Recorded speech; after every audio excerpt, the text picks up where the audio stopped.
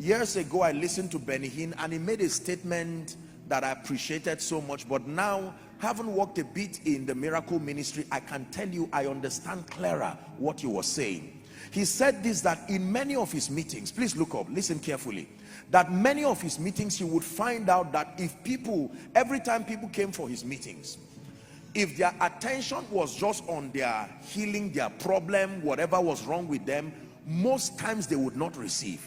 They would have to take their eyes away from the problem and focus on Jesus.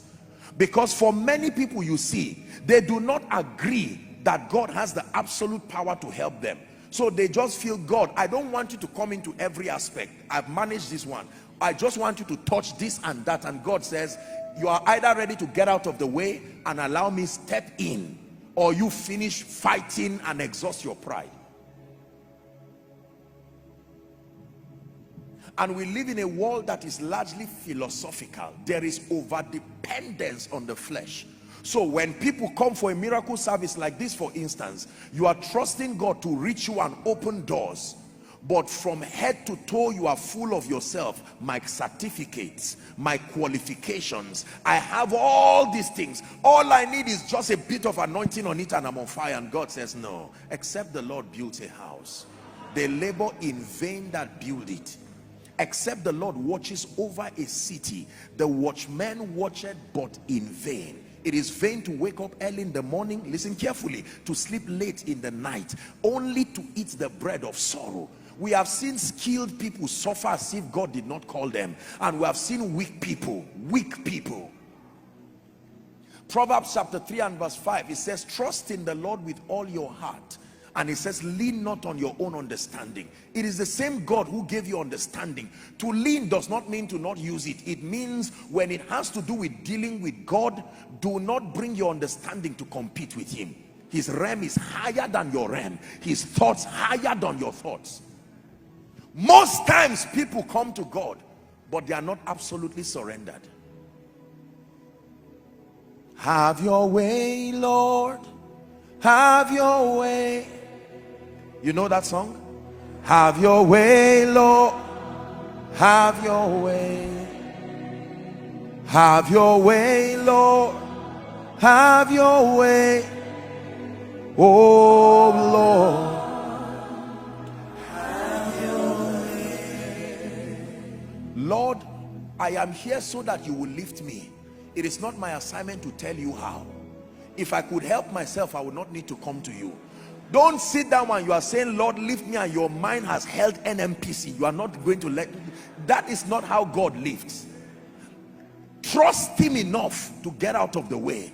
How you will do it, oh God, I do not know. But I know that I am in your presence. Let the lifter lift me.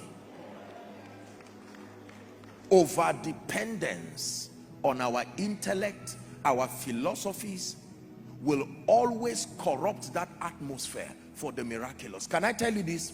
Many times when I'm praying, preparing for any meeting, especially the miracle service, sometimes God will usually open me to visions of what happened, what is going to happen, sometimes literally, or sometimes I just get pictures of people's cases and the rest.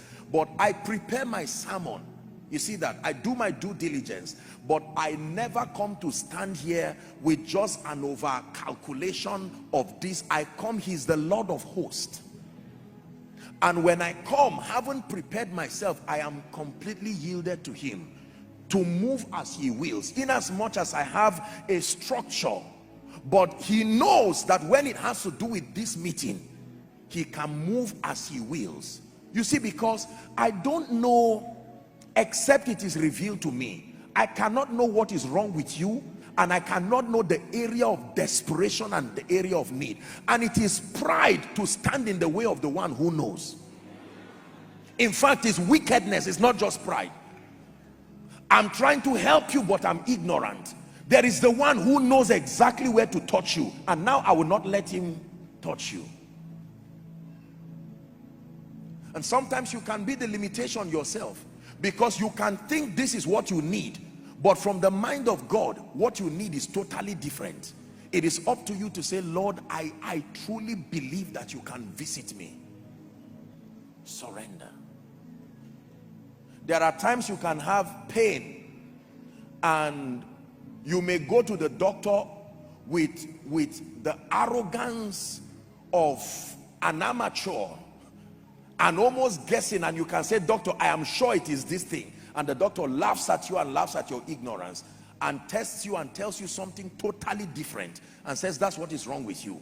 But you are feeling another symptom, and yet the doctor, from a professional standpoint, you think it's a financial problem. Open up your heart and let God visit you. You will find out it has nothing to do with finances. In fact, sometimes you can think it's an issue of ill health, but it is not an issue of ill health. It's the ministry of the devourer. He knows that the only way, or the most predictable way, to destroy your finances is your health. If he spoils your car, you will leave it there. You will not fix the car. So he spoils your body because he knows you will not leave that body that way. And since he has found out that you like this body and you want to live long in it, he will continue to create affliction so that your finances will suffer. So to you now, you can think the real problem is finances. But when you come to God, he will tell you it is not finances. The real problem is ABC. Listen, allow God to interpret your situation to you.